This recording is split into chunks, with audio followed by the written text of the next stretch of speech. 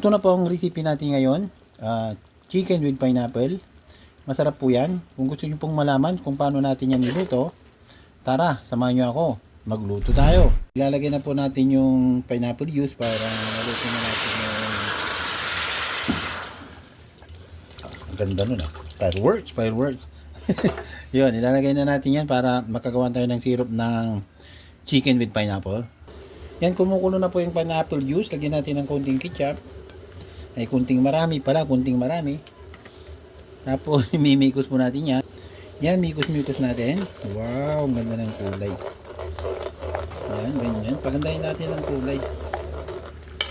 Galing natin magmikos, ano. Yan, ilagay na po natin yung pineapple chunks para mayroon siyang pineapple talaga. Tapos, pakulin na po natin ng konti yan. Yan, kumukulo na po. Lagyan natin ng konting sugar para mas lalong sumarap. Yan, pag ganyan na po, bilhin natin ilagay yung chicken. Ano po yung chicken natin? Lagyan na po natin. Yan. Hindi na natin kailangan lutuin masyado yan dahil ano na yan eh. Yan, okay na po yan. Mayroon pala tayo nakalimutan, ano? Maglagay pala tayo ng kunting pampalapot. Pampalapot, nakalimutan natin yung ating cornstarch. Tansyahin na lang natin. Pwede pa naman yan, walang problema. Kunting lapot lang, ganyan lang para masarap po siya. Yan, tamang-tama na po yung pagkalapot niyan.